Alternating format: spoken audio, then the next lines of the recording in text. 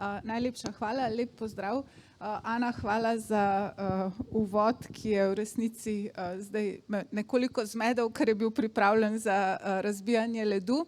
Skratka, naša sestava se je malo zamenjala od napovedane zaradi dopustniških in post-covidnih obveznosti.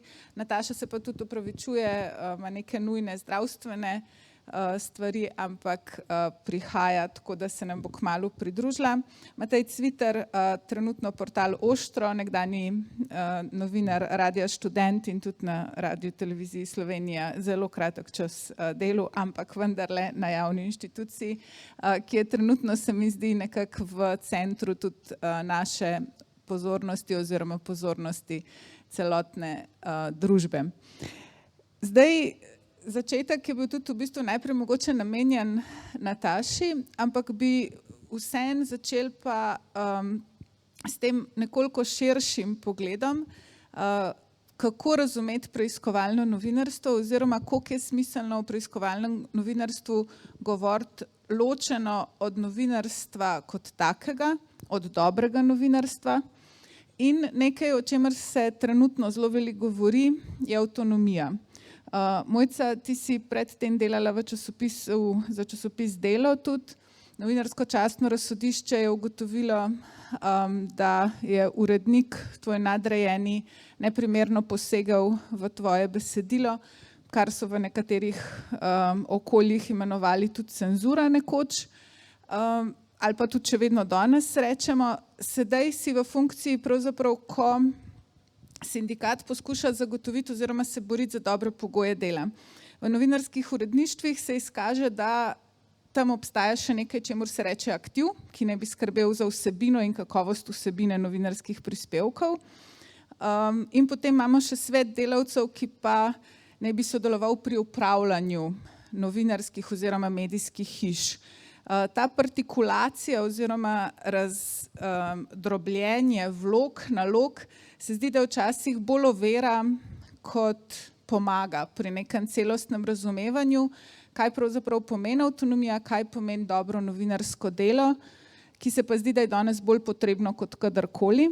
Pa me zanima, a se lahko oziroma kaj sama vidiš kot nujno za dobro opravljeno novinarsko delo in a je avtonomija nujni del pogojev dela za to, da lahko novinarji oziroma delavci in delavke v medijskih hišah sploh opravljajo svoj poklic. Dober večer, tudi z moje strani. Avtonomija je vsekakor eden ključnih pogojev za dobro opravljeno ali pa za novinarsko delo, za novinarstvo samo. Je pa s tem tako, da pač živimo v nekih konkretnih okoliščinah, torej za to družbeno transformacijo oziroma prehodom v kapitalizem in s privatizacijo medijskih podjetij. Pač imamo danes v bistvu medije, ki so pretežno v zasebni lasti in ki delujejo po principu torej povečevanja dobička. Recimo eden, mislim, da z zadnjih intervjujev, ki sem ga imela za Delo še z profesorjem oziroma raziskovalcem medijev z Budimpešte, Petrom Bajomijem Lazarjem. On je takrat rekel, da so se v bistvu multinacionalke, ki so po tem prehodu v kapitalizem prihajale torej na medijski trg, kupovale medije kot neke dobre poslovne naložbe, so se v bistvu po gospodarski krizi začele umikati in on raziskuje predvsem recimo vzhodno Evropo, Madžarsko, Češko, Poljsko, tudi Slovenijo je raziskoval in pravi, in potem so v bistvu te medije prevzeli neki, imenuje jih lokalni oligarhi, v povezavi z politično elito ali pa z nosilci politične oblasti, kar ni nujno sicer povsem odkrito, ta razmerja. In zdaj v bistvu nekako medije kupujejo ne kot neko poslovno naložbo, ker pač mediji niso več dobičkonosni, ampak kot neko politično naložbo, preko katere pač pridobivajo neke posle v nekih drugih dejavnostih, ki jih prav tako opravljajo, kot so gradbeništvo, kot so turizem, kot so ravnanje z odpadki. Tako da mislim, da kar dobro opiše v bistvu razmere v Sloveniji. In vsekakor to vpliva na poročanje oziroma na novinarsko delo. Nekako pogosto je tudi slišati ali pa se soočamo s tem nekim v novinarskih uredništvih, ko se v bistvu delavci poistovetijo s to logiko vodstva, pač kdo nam daje plačo, kje smo zaposleni, pač govorim predvsem o zasebnih medijih, pač treba je to spoštovati, ne bomo pisali, ne bomo razkrivali, ne vem, nekih zgodb o nekih poslovnih partnerjih lastnikov. In se bojim, da smo potem, kjer smo. Po drugi strani ta obstoječa logika nekako spreminja oziroma tudi družbeni status, ki je novinarjem pač skozi zgodovino bil nekako priznan tudi s profesionalizacijo, se v bistvu spreminja in se novinarji vse bolj so razmere, v katerih delajo podobne tudi drugim medijskim delavcem ali pa tudi v bistvu drugim delavcem, soočajo se, opozarjajo, recimo, kar je razvidno iz anket, ki smo jih izvajali ali pa ki jih izvajamo pri sindikatu, torej opozarjajo na preobremenjenost, opozarjajo na neko večjo pravilnost, da se jim nalaga neko delo, ki po eni strani ni zapisano v opisu del v njihovih pogodbah o zaposlitvi, torej da pričakuje se od njih redaktorsko delo, lektorsko delo, postavljanje strani skorajda ne. Torej veliko enih reči, zaradi katerih v bistvu trpi tisto primarno, za kar so tam, torej neko raziskovanje, neko postavljanje vprašanj, vpogledi v dokumentacijo, preverjanje dokumentov, izjav, intervjuji, teren, vse to v bistvu trpi na račun vsega, pač, kar sem prej omenila. Opozarjajo, recimo taka izjava od novinarja na Dnevniku je bila, da se počuti kot za nekim tekočim trakom, da proizvaja v bistvu te novice, te članke in da ga v bistvu pri tem rešuje, torej da ni časa več za neko poglobljeno delo in da ga pri tem rešuje pravzaprav zgolj to, da že toliko let dela kot novinar in si je v bistvu tekom teh let nabral znanja, izkušnje in v bistvu zaradi tega se lahko hitreje obrne kot nekdo, ki pa šele vstopa v novinarski poklic in se ga en dan pošilja na, ne vem, neko notranje političen dogodek, drugi dan neko, ne vem, mislim, zelo različne dogodke, ki jih je pač težko celovito pokrivati, če pač je to neki instant, en dan nekaj, drugi dan nekaj. Tako da razmere pač v tiskanih medijih, torej v srednjih časopisih, nekaterim od njih tudi rečemo srednji nacionalni časopisi, so zelo slabe in se poslabšujejo, s tem, da po drugi strani je pa sindikalno organiziranje, torej imamo sindikate, imamo neka sindikalna zastopstva, ampak je to bolj omejeno na neke dopise z upravami, v bistvu ni pa čisto zares, mislim, zaenkrat nekega večjega mobilizacijskega potenciala. Mislim, da ko bodo uprave ugotovile, da imajo pod sabo torej jezne delavce, potem mislim, da se bo morda kaj spremenilo, sicer zaenkrat je pač bolj na nekih teh okvirih, torej se pravim dopisi z upravami, neko opozarjanje. Tako da so pa v bistvu ti pogoji dela ključni za to, čemu rečemo dobro novinarstvo, lahko temu rečemo tudi preiskovalno novinarstvo. Da, mogoče. Matej, zdaj, jaz sicer ne maram tega izraza, ampak recimo, če gledamo mogoče po starosti, mislim, da mi dve z Mojco sva malo starejše, pa se to ni važno. V glavnem, bil si pa že zelo zgodaj nagrajen za delo, ki je pravzaprav zarezalo v samo bistvo in na nek način razkrilo tudi pogoje dela starejših, bolj izkušenih ljudi. Skratka, Društvo novinarjev Slovenije te je nagradilo za preiskovalno, raziskovalno ali pa novinarski prispevek, ki si ga objavil na Radiu Študent, o tem, kako so bila interna navodila, da se je članke, ki so vsebovali 4 imena, pošiljalo na vpogled odgovornemu uredniku. Plus, kako je to povezano z lastništvom. Pa me zanima tvoj na nek način vstop v novinarski prostor prek Radia Študent in zdaj prek portala, ki poudarja oziroma je tudi del nekih mednarodnih preiskovalnih v bistvu skupin mrež novinarjev. Kako je oblikoval se tvoj razmislek o kakovostnem dobrem novinarstvu, o preiskovalnem novinarstvu mogoče, česa si se na novo naučil, kako hitro je postalo jasno, da se je treba pogovarjati tudi o lastnikih, o tem, kdo plača? Ja, kar veliko vprašanj.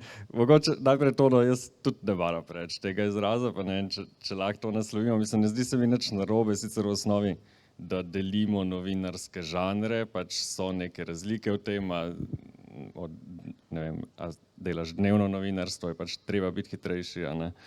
A delaš nekaj bolj poglobljenega, kot preiskovalnega, lahko si vzameš več časa, delaš reportažo, tako naprej. Sam ja, moti me predvsem ta hierarhija, no, da se predpostavlja nekako, da je preiskovalno novinarstvo tisto najpomembnejše, ob tem, da preiskovalno novinarstvo dostikrat brez dnevnega novinarstva ne more sploh funkcionirati, ker ti tudi rabiš nekaj najti informacije ali pa v končni fazi brez črne kronike, a ne, če iščeš nekoga, ki je neko osebo, ki je mogoče enkrat bil, ne vem, obsojen ali pa je bil na sodišču, nek postopek je črna kronika, ki ponavadi ne dojemamo kot nekega zelo pomembnega žanra v novinarstvu, lahko zelo prav pride, ne. To kot temno, ne vem, se mi zdi, so različne vrste, ampak jih nikakor ne bi rangiral. Kar se tiče mojega, ne vem, vstopa, ja, pa če sem začel na Radiu Študent, ker se mi zdi, da je ena inštitucija, ne vem, tudi kar se tiče avtonomije, mogoče tako dosti specifična, ker dobro, ima tudi en dosti poseben pač način financiranja, no, prek študentske organizacije, ki je sicer vsako leto ogrožen in vsako leto se treba ponovno boriti za avtonomijo, zdaj mogoče to malo drugače kot v drugih medijih, mislim v nekih tehnikalijah, ampak vendarle je vsako leto tukaj borba. In pa ki je tudi notranje tako organiziran zelo samoupravno, no. In ne vem, zdaj mislim, Radio Študent ima eno tako, se mi zdi zelo je ena taka zelo dobra šola v vsaj nekaterih vrstah novinarstva, no, predvsem recimo tega dnevnega novinarstva, tudi bolj poglobljenih kakšnih analitičnih prispevkov, tudi komentatorstva, čeprav jaz tukaj nikoli se nisem zares našel, no, ampak hočem reči, so tukaj ljudje, ki so zelo močni na teh področjih in se to znanje prenaša. Pa ne vem, zdaj, ko pa prideš do mogoče preiskovanja, recimo, tako bolj lastniških povezav takih zadev, zdaj tukaj pa se mi zdi, da mogoče to rabi nekaj več ene kilometrine, da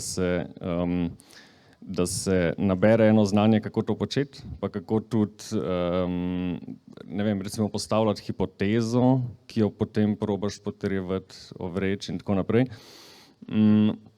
In to je pa na neki inštituciji, se mi zdi, kot je RŠ malo težje, no, ker je pač po svoji biti taka inštitucija, da je zelo pretočna, da ljudje pač pridejo in grejo, prenaša se znanje pač iz generacije v generacijo, nimaš pa, ne vem, nekega starejšega kolega, ki bi bil tik pred penzijo, pa ima že celo kariero za sabo, pa bi ti lahko predal pač celo kariero znanja, ne.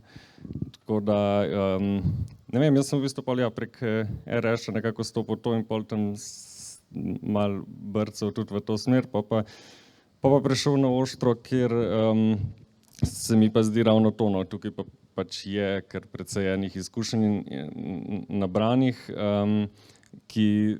s katerimi pač je precej lažje potem delati naprej, no, in se mi zdi, da je to, ne vem, jaz ne znam govoriti zares za vse medije, niti pač ne bi hotel, ker nisem pač delal na vseh medijih, ampak se mi zdi, da je to mogoče ena stvar, ki malo manjka v slovenskem medijskem prostoru, je ta prenos znanja, no, nekih takih.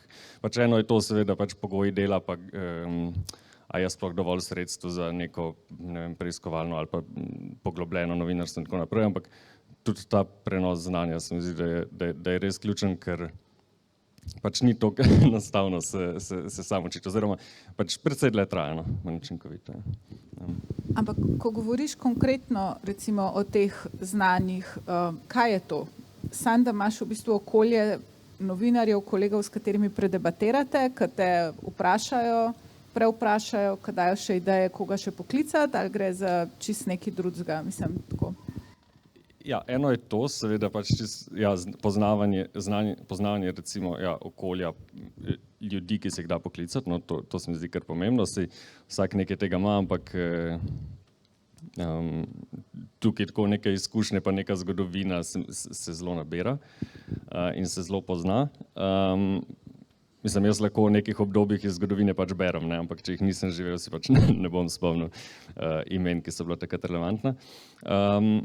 Ne vem, potem pa čist, kar se tiče orodij, ki so na voljo, ne, sej nekatera pač poznamo ali pa ni težko priti do njih, ne vem, iPes pa Gwin pa tako preverjeni lastništvo, ampak so pa potem še kakšna druga mogoče ali pa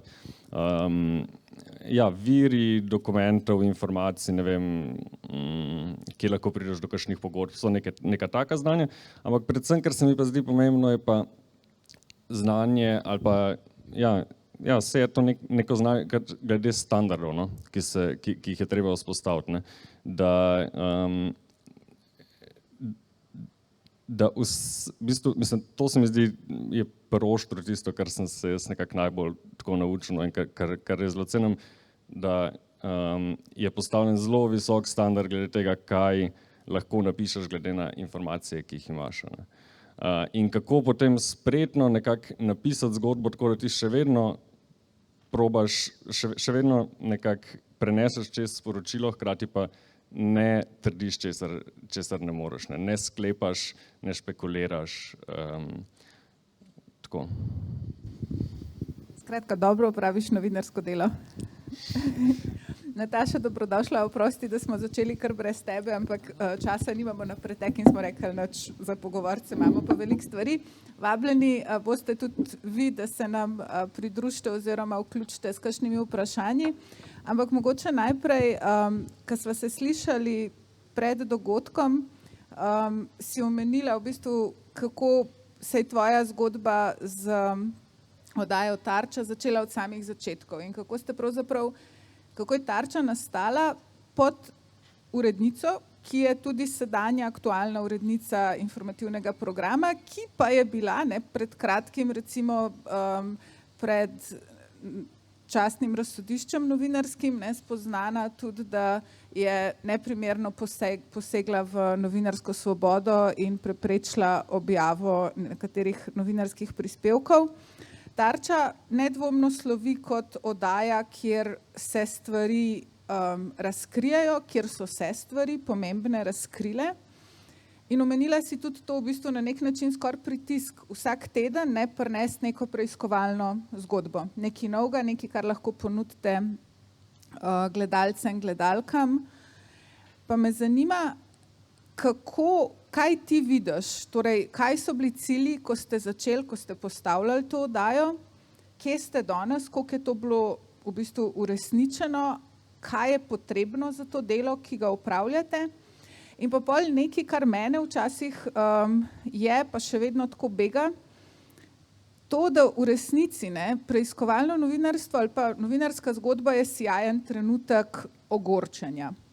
Ampak pol, če želimo pa doseči resnične spremembe, se pa te dogajajo kasneje, nekako v sencah, zunaj na nek način skorda žarometov, se zdi. In tukaj je pol vprašanje, a novinarji odpovemo, ker ne sledimo zgodbam in temu, kaj se zgodi, kdo odgovarja, kdo izgubi službo, kdo dobi službo, kdo je napredoval zaradi v bistvu nekih razkritij ali pa kakorkoli.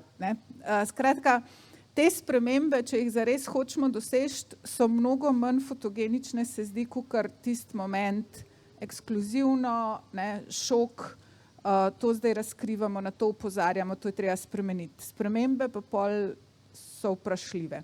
Tako da, ja. Dobro večer, jaz se najprej opravičujem za zamudo. Načeloma ne zamujam, danes je pač res višja sila, lahko bi kakšno novo zgodbo napisala o zdravnikih tamle čez. Imam lepe izkušnje, no? Ne samo slabe.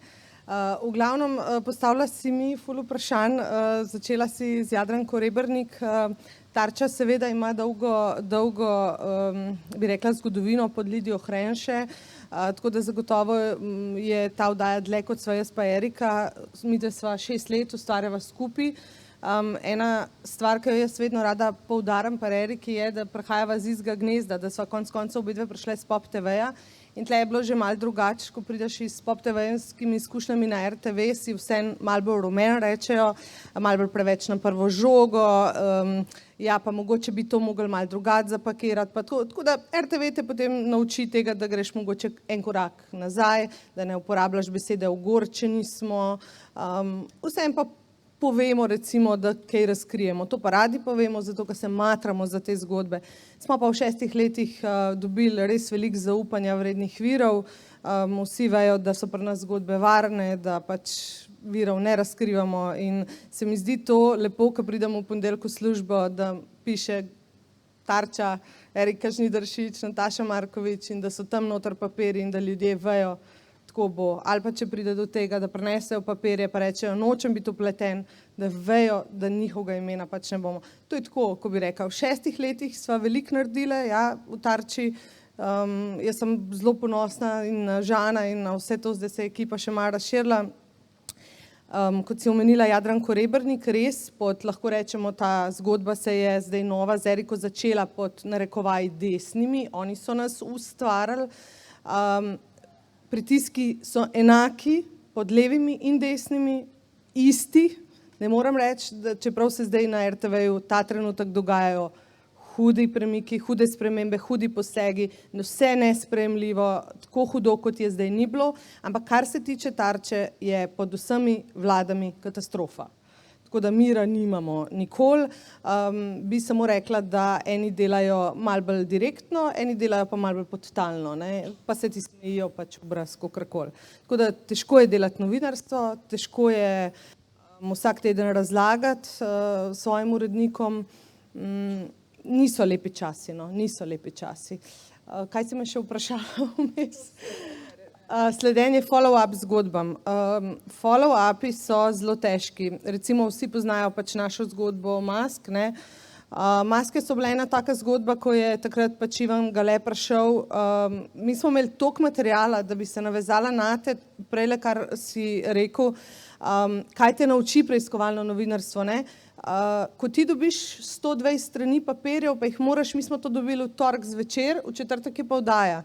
Zdaj pa ti nisi časopisen novinar, da boš samo to napisal, ampak rabiš sliko, ne, pač moraš to opremiti, rabiš grafike in problem tega je, da se v vseh teh letih, če nisi začeten, če si preiskovalен, če nisi dnevni novinar, naučiš pač zrno odplev v vseh teh papirjih izluščati. In to je tisto, kar se naučiš, ko veš, kaj je bistveno in kaj je tisto, kar moraš ven dati, ne. Tako da to so neke izkušnje, kar bi rekla, ko ste se pogovarjali, kaj je preiskovalno, kaj ni preiskovalno, ne. Pač dnevno novinarstvo je dnevno, greš na dogodek, moraš biti objektiven, poveš pač, kaj se je tisti dan zgodil, probaš dobiti, če je pač to politična zgodba, še mnenje drugih. Pri preiskovalnem novinarstvu je pa pač drugače. Res moraš imeti, predvsem bi rekla, tako kot pri športnikih, neko kondicijo, da si tam, midve z Eriko ponavadi ne vidiva svoje družine, tudi ne, torek, sreda, četrtek, jaz vedno rečem, me ni doma, ne, ona tudi reče, mi da so po noč tam, tako gledamo tiste papirje, pregledujemo in pol še v četrtek pred oddajo vedno rečeš kakšnemu mlajšemu dežurnemu, prosim, pojdi za mano, poglej še enkrat, a je v redu, je. Meni se zdi izjemen dosežek, da Tarča nima nobenega popravka, da Tarča nima nobene sodbe, nobenega sodišča. Mi res zadnjih nekaj let delamo praktično, brez da bi delali neke kakršnekoli napake in to se mi zdi izjemnega pomena, no. Kaj pa recimo follow-up zgodbe, pa koliko povezuješ to s tem, da ste na nek način javni zavod, torej da smo mi vaši lastniki? V follow-up zgodbah nisem dokončala misli, sem se ustavila, da smo dobili pač te zgodbe. Zelo slabi smo v follow-upih, zaradi tega, ker nas prehiti aktualno. Vedno tehtaš, a boš delal follow-up ali boš delal pač nekaj drugega. In nam se je zdaj večkrat zgodilo, da je recimo ali necenzuriran ali Večer ali kakšen drug medij naredil follow-up naše zgodbe. Nam se to zdi super, fajn je, tudi telefonske vedno podelimo, damo, samo se nam pa zdi fajn, da se pač takrat, kaj je bilo potrebno citirati, da se pove, čigava je bila ta zgodba. Dobro, v follow-upih to več ni pomembno, ampak recimo ne, na začetku. Tako da slabi smo bili v follow-upih, moram reči, rabili bi večjo ekipo, vsem smo mi bili midve več ali manj same, pol je Žan prišel, zdajle je Anja, mislim, v zadnjem letu Anja se pridružila in to je bilo nemogoče slediti prejšnjim zgodbam in te delati, zato ker zahteva od tebe vsem aktualen čas, aktualno politiko in aktualne zgodbe in potem še toliko recimo teh zgodb, ki jih v ponedeljek pa torek pride s kuvertami. Mi praktično bi mogli imeti, da bi res dobro delali še eno ekipo, da bi delala zgodbe ljudi, ker mi vidimo, koliko zgodb ljudi, ki so aktualne, ki so fine, bi lahko podelali, pa jih ne podelamo. Tega je res veliko. No. Kaj si me še vprašala? Še nekaj si me vprašala za follow-up? Nadaljevanje zgodbe, se upravičujem. Follow-up je nadaljevanje zgodbe. Oziroma, da se preveri, kaj se je dejansko spremenilo, če je bila razkrita neka nepravilnost, a se je ta nepravilnost v bistvu odpravila tudi na sistemski ravni na nek način. Pa tako. Lastništvo, torej da javni medij je to tudi v bistvu s tvojo izkušnjo iz Pop TV-ja, je drugače, je odgovornost tudi mogoče tvoja drugačna. Glih danes smo se pogovarjali pa tehtali izraza poslanstvo novinarjev za javno dobro ali odgovornost do javnosti. Kakšna je tvoja izkušnja tukaj? Jaz bi zelo težko primerjala te dve izkušnje, ker na privat televiziji se ti zgodi, da določene zgodbe pač ne moreš delati zaradi oglaševalca. Meni sicer res nimam te izkušnje, poznam pa te zgodbe. Pa ne bom rekla, da je to se na Pop TV-ju zgodilo, ampak pač oglaševalci so tam, to je denar za plače in tlem bo mogel novinar razumeti, da ne more določene stvari ali pa razume, ne vem, ne razume, pač tudi kregajo se zaradi tega, da nečesa ne more delati. V javnem zavodu tega ni, v javnem zavodu nihče ne pride pa ne reče, te zgodbe ne boš delal in jaz sem hvaležna in vesela sem zaradi tega, da tega ni. Da bi pa rekla, ja, čutim odgovornost isto in enako, kot sem jo čutila prej. Me pa moti, da nekdo misli, da sem njegova last ali pa da nekdo misli, da lahko on v imenu mene zbira zgodbe. To si pa ne dovolim, zato ker tudi ta nekdo ne gre operirati v klinični center. Se mi zdi, da to, kjer zgodbo bomo mi delali, lahko presojamo, tista, ki je pomembna, mi smo zavezani javnosti in se mi zdi, da znamo povedati, kaj je pomembno, ne? Kjera zgodba se bo delala, pa kjera ne. K nam pridejo zgodbe iz, ne vem, bom rekla, obrobnega mesta, najmanjšega mesta, pa bi nekdo želel, da je to v Tarči. Rečemo, ni problema, bomo, ampak moramo domisliti, kako jo pripeljati na raven cele Slovenije. Mi smo nacionalna televizija, mi nismo televizija, ne, pač da se. Ni izgovora, da nekdo reče, ne, vi pa ste preobrobni ali pa premejhni. Ampak moraš se domisliti, kako in jo pripeljati pač skozi večje mesto, skozi probleme še in jo razširiti enostavno na celo Slovenijo. Absolutno se da, ni izgovora. Kot sem pa rekla, je pa ponavadi premalo časa, premalo oddaj, premala ekipa smo. Če si lahko nekdo predstavlja, mi dve sva recimo same delale 5 let vsak četrtek, se pravi 10-minuten prispevek, ki je treba narediti grafiko, je treba iti posnet, je treba napisati, je treba preveriti. Se pravi, od ponedeljka do četrtka nobene ni bilo doma in to po 5 letih smo rekli, to več tako ne gre, naj več ni, najni otroci so odrasli, mi sva samo še v službah. Ko ljudje mislijo, da je pač ona samo voditeljica, pa da se samo našminka, pa gre v studio. Ne, ona z mano študira tiste dokumente in to je res celodnevno delo, vsak dan. In potem v petek se gledamo, kakšni so odzivi, dobiš odzive, ne, ponavadi Twitter napade, žalitve ali pa ravno to, kar ste zdaj načeli, ne, zdaj si pa ti RTV-ovka, si pa naša, zdaj bomo pa mi povedali, kako, ne, mi si dovoljujemo povedati, kako si ti slaba in kako si ti zanič ali kako si ti rumena ali kako si ti to subjektivno povedala, ne. Jaz še nisem slišala, bi rekla, zaradi tega, ker sem RTV-ovka, nekaj dobrega, razen v obdobju mask, kolesarjev, tega, ko smo dobili toliko podpore. Takrat so meni solze tekle, kocine so mi šle po konci. Sem prvič v življenju se počutila nekaj vredna, ker drugače je vsak petek nekaj, kar po tebi bruha, nekaj, kar ti pove, da ti nisi vredna svojega poklica in nisi vredna tega, kar delaš. Mojca, kakšna izkušnja je recimo sindikata, pa tudi mogoče širše vprašanje, koliko novinarji se pravzaprav zavedajo tega, kar je bilo zdaj ubesedeno, torej svojih odgovornosti in koliko so tudi ponosni na to, koliko je v bistvu po vaših izkušnjah še tega zagona, zanosa, znanja, na nek način tudi skupnosti, da se postavijo za novinarsko delo, za kakovostno in dobro upravljeno novinarsko delo in kakšna tukaj je vloga na nek način urednikov, ne? Ker včasih smo se pogovarjali, uredniki bi mogli biti braniki, ne? Da novinarji lahko normalno delajo, pač to pljuvanje pride tam, ne? Se ustavi pri urednikih, ki znajo predvsem kaj spustiti skozi, kaj ne. Koliko so danes uredniki pozabili, da so toliko močni, kakor so novinarji za njimi in so bolj na nek način na strani lastnikov oziroma ne vem, drugih centrov moči, ki poskušajo nadzorovati novinarsko delo in ga držati na ravni dnevnega STA poročanja, povzemanja, neproblematiziranja sistemskih problemov in napak.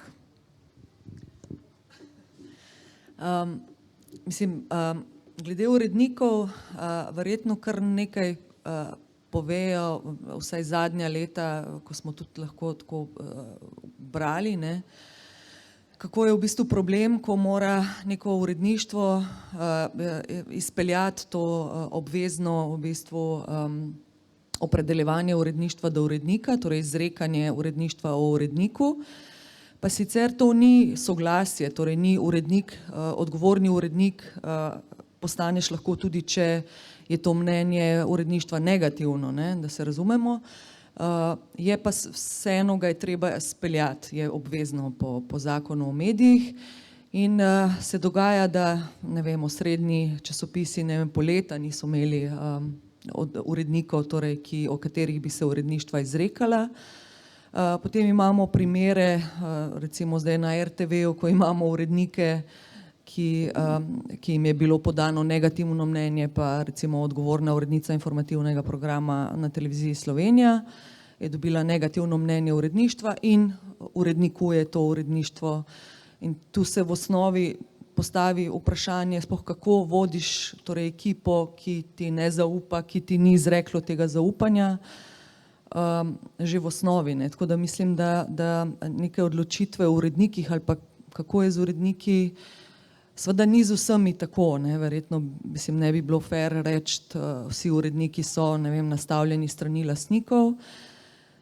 Je pa vsekakor verjetno lažje upravljati, si predstavljam uredniško delo, če je ta neka podpora, potem se zdi, da vseeno neke minorne stvari lahko, ne, dobiš lahko, ne vem, nekaj denarja in pošleš novinarja v, ne vem, Avstrijo. Sicer čisto zares pa pristajaš potem na tiste zgodbe, ki ne smejo biti objavljene in nekako voziš to urednikovanje, ne. Če se lahko priključim, bi sam rekla, da jaz vidim problem urednikov na RTV-ju recimo, da so uredniki postali novinarji ali mlajši dežurni ali še niti ne novinarji, s katerimi niso imeli kaj početi. Mi imamo pri nas urednike, ki nikoli niso bili dobri novinarji, nima izkušenj iz terena, nima izkušenj iz napadom recimo in je prestrašen. On sede na novinarsko mesto in je prestrašen. In jaz pridem recimo iz zgodbe in on reče, joj, jaz se ne upam pod to podpisati. Ne. Mislim, jaz imam veliko takih izkušenj še iz zgodovine, ne govorim ta trenutek. Ampak pač s človekom nimaš kaj delati, kaj pa bomo, ja pa naj postane urednik, ne. Pač to bi bilo dobro. In to jaz mislim, da je velik problem. Sploh problem recimo negativne selekcije ali problem tega, da kot v vseh poklicih ti moraš začeti na dnu. Mi gledamo danes na komercialnih televizijah, ko voditeljca postane punca, ki ni pač bila 5 let v novinarstvu. To pomeni, da nima nikakršne izkušnje, se postavi pred kamero, bere stizga bobna in je nekredibilna v svojem delu. Ti za vsako funkcijo, ki jo dosežeš, moraš imeti za sabo toliko in toliko kilometrov. To je moje mnenje. V vsakem poklicu. In problem sploh neke uredniške avtonomije je ta, da če ti nisi prehodil vseh teh kilometrov, ti ne znaš predvsem teksta, pa potem pa poslušamo zvečer poročila ali pa gledamo, ne vem, tekste novinarske. Ne vem, jaz gledam zvečer, vidim prva napoved tista kot prvi off, se pravi prvi stavek v prispevku. Zvečer, ne vem, prežgem našo ali pa kjerokoli komercialno ali kogarkoli. Dogajajo se napake, ne? Dogajajo se to, da so pač prestrašeni, dogaja se to, da pride zgodba na nepravo mesto po vrstnem redu, dogaja se ravno to, da nekdo pride politično vodstvo, pritisne na tega urednika, ker ta urednik je vas prestrašen, se ne upa reči ne, in to se nam dogaja tudi ta trenutek na RTV-ju. Mi imamo pač na določenih delovnih mestih nekompetentne ljudi. Ljudi, ki ne sodijo na to delovno mesto, pa ga vendarle upravljajo in prejemajo za to plačo, ki si jo ne zaslužijo. Matej, kako si pa ti na nek način vstopil v ta prostor, torej novinarstva in potem tudi preiskovalnega novinarstva, torej kakovostnega dela? Mislim, se je težko na nek način prebiti skozi cinizem, skozi to, da postaneš tovarniški delavec, ne, ki samo štepa novice, ne, ki je na nek način odtujen od svojega dela, ki noče, da mu je mar, zato ker to lahko boli, ker veliko tvegaš s tem tudi, ne, ali oziroma obtožb, da si naiven, ne, ali pa dejansko. Mislim, jaz imam tukaj malo drugačne izkušnje, pa mislim, da je to tudi mogoče s tem vprašanjem urednikov povezano. Pač nikoli nisem bil v situaciji, ko bi bil res tovarniški delavec. Zdaj, na RS je bilo itak tako, pač, da velja neka notranja demokracija in jaz mislim, da to je nujno, pač, če se hočemo pogovarjati o svobodi medijev, pač, če smo novinarji neki, mislim, če je naša vloga, da mi po svoji nekako najboljši vesti in znanju presojamo različne interese v družbi in probamo javnosti podati to videnje, ki nekako to vse upošteva, se šteje skupaj in pač predstavi, kaj je zdaj nekako v igri, glede kateregakoli vprašanja. Pač ne moramo imeti nad sabo nekoga, v katerega ne more ti biti nadrejen nekdo, v katerega ne zaupaš. No. In v tem smislu pač to, da sploh, zdaj ne vem, verjetno bi mogla to zakonodaja pač urejati, da je sploh lahko novinar urednik brez soglasja uredništva, se meni zdi tako zelo problematično. No. Zdaj, na radiju tega ni bilo, no, potem en kratek čas vmes sem bil na RTV-ju, tam pač je malo bolj tako, ne. Mislim, je neka velika hierarhična institucija je, kjer nima v bistvu mogoče vsak neke res pravice participacije v osnovi, zato ker je tam. Kar je bil tudi v bistvu en tako od faktorjev, no, tako da je mogoče pripomogel k temu, da nisem več tam zdaj. Na Oštu smo pa v bistvu majhna ekipa, ne. Ker pa je itak hierarhija precej manj, je seveda obstaja neka formalna hierarhija, obstaja hierarhija v izkušnjah in tako naprej, ampak deluje v resnici na zaupanju, ne, in jaz mislim, da je to pač ta nek pravi model, prek katerega pač lahko funkcionira. Je pa seveda pač to zraven prinese tudi neke druge stvari, da če je organizacija manjša pa manj hierarhična, nosi tudi vsak član ali pa člen pač neko svojo odgovornost, ne? Ni samo, da pač prideš v službo, kot pač mogoče ne vem, nekih medijih lahko pa pač oddelaš svoje delo pa greš domov. Ne pravim, da si to kdo zdaj želi nujno ali kakorkoli, ampak hočem reči, pač prinese to zraven tudi to odgovornost, da boš pač, če je neko delo, ki mora biti opravljeno, kar je pa pol spet vprašanje tudi pač nekega razmejevanja pač poklicnega in zasebnega življenja in tako naprej. Valjda so plusi in minusi, ampak jaz mislim, da ja, ta hierarhija, kakor je, mora biti absolutno soglasjem. Sam v luči pač tega pogovora o preiskovalnem novinarstvu bi bilo, ne vem, po moje zelo dobro, torej ne, da imamo neke ločene v bistvu redakcije, preiskovalne redakcije, ki so sicer zelo redke in so bolj plod nekih nadobudnih posameznikov, ne, kot pa čisto zares financiranje strani medija. Bi bilo v bistvu ustvarjati neko okolje, v katerem bi se spodbujalo, da je v bistvu vsak novinar pri svojem delu, torej da svoje delo opravlja poglobljeno, da si zanj lahko vzame čas, da lahko se dobi na več intervjujih, če to pač zahteva zgodba, da lahko preveri, da dobi, mislim, da mu pomagajo tudi drugi sodelavci, če je pač to potrebno, ne da se v bistvu nekako te redakcije preiskovalne, če so že, delujejo skoraj malo kot neke ekskluzivne redakcije znotraj hiš. Hkrati se tudi v bistvu s tem, torej z različnimi, ne vem, oblikami novinarskega sporočanja, kot so podatkovno, preiskovalno, ne vem, odgovornostno, nekako se mi zdi, da drobi to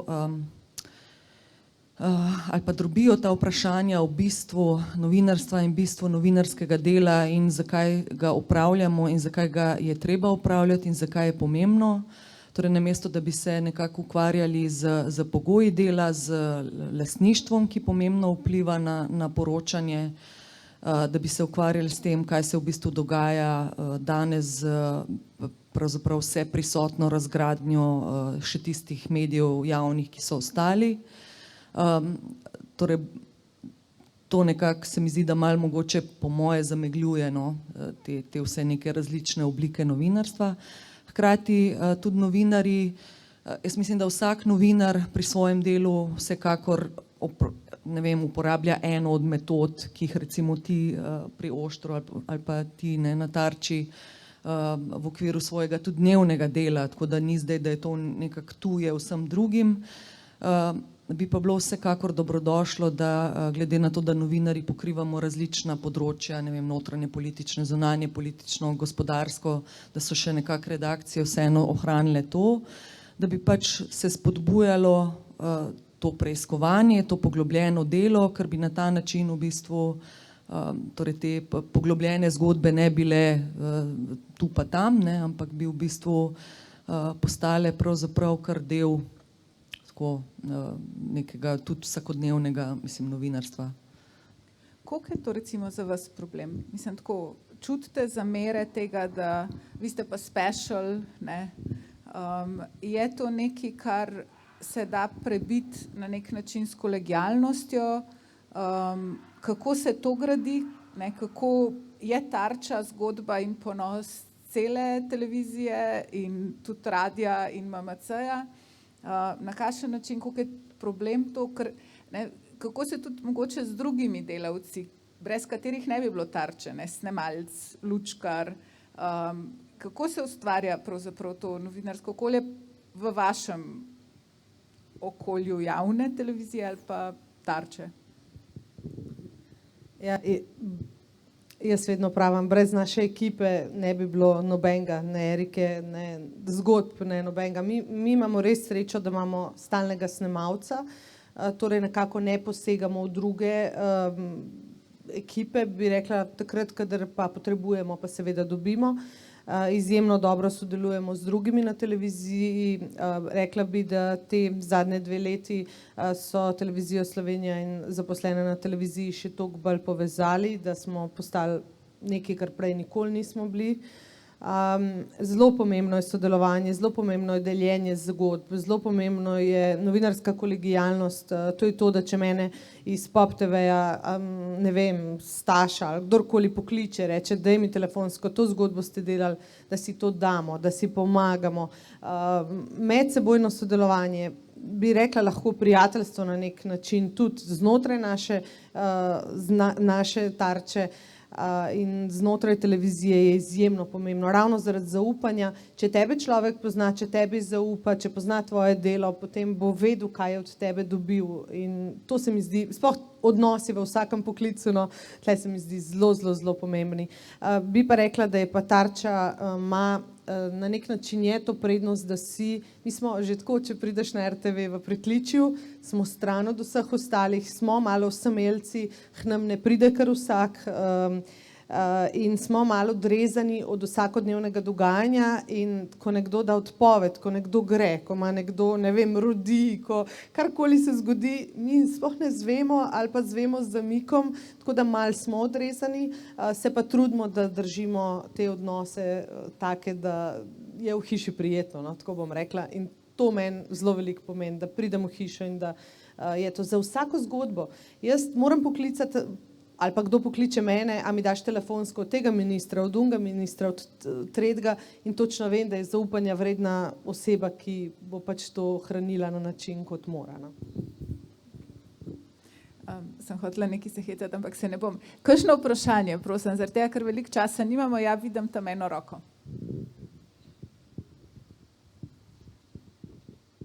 Dober večer in lep pozdrav vsem.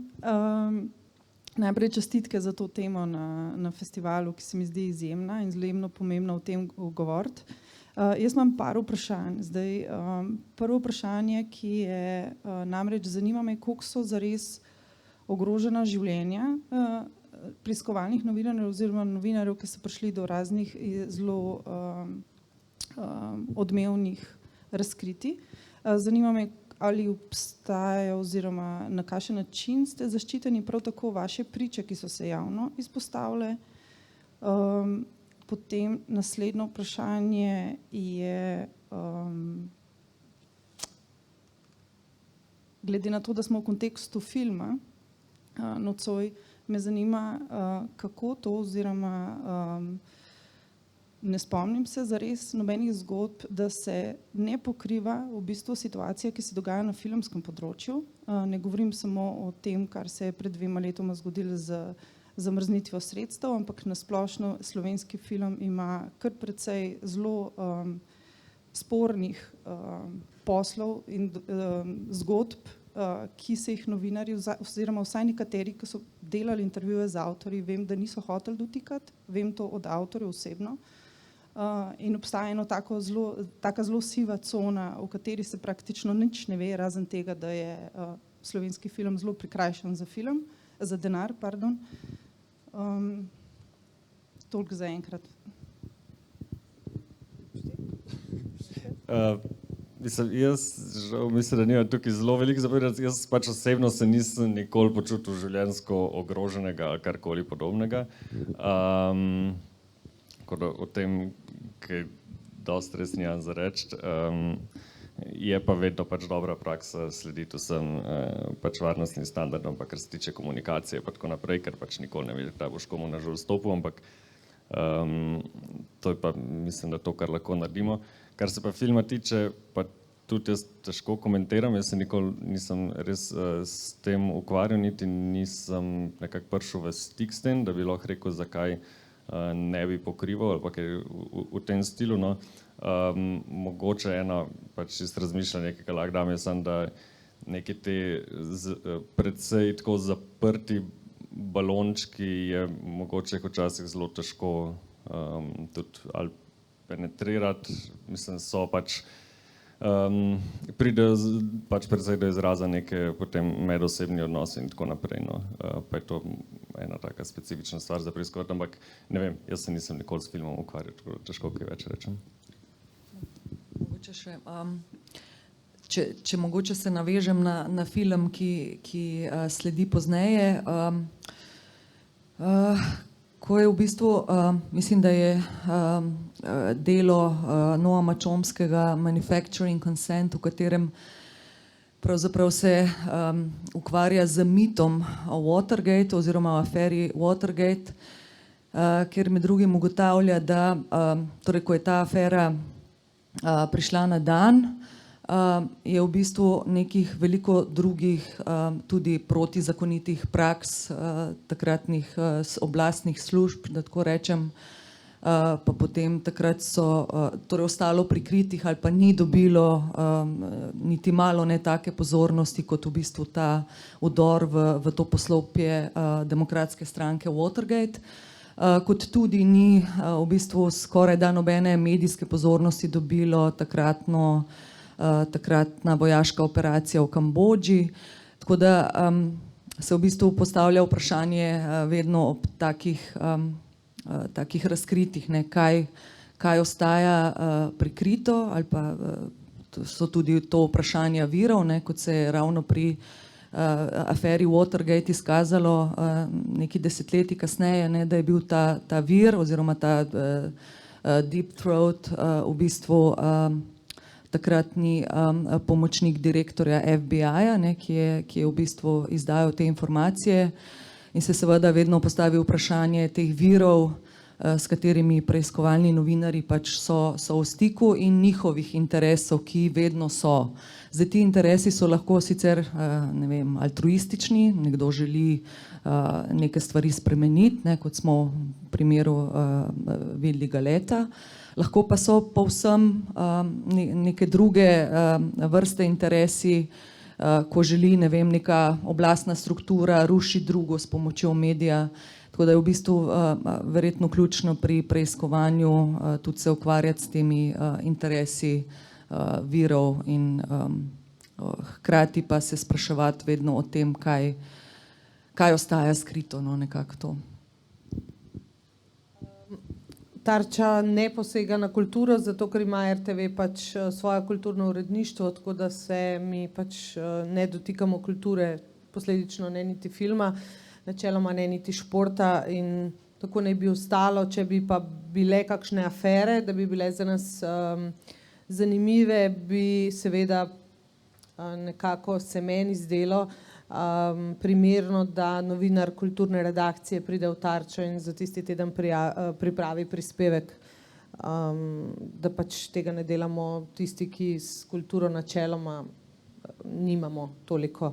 Vseeno je to, se mi zdi, področje filma in tega, da res moraš nekaj vedeti, tako da je prav, da nismo v tistem, ko rečejo Srbi, šišam, brijam, zube vadim, ne? Vsi se na vse spoznamo. Tako da jaz se pač tega ne bi dotikala, če bi imela mogoče en mesec, tako pa imam ponovadi en teden. To je, kar se tiče kulture, se mi pa zdi to izjemno pomembno, tudi kar se tiče filma, veste, da se na RTV-ju mogoče, kar se tiče filmov, še kar nekaj dogaja, no. Kar se pa tiče napadov na novinarje, v Tarči dosledno prijavljamo vse napade, imeli smo varovanje, imeli smo odkrite napade, napade na družino, verbalne in ni prijetno.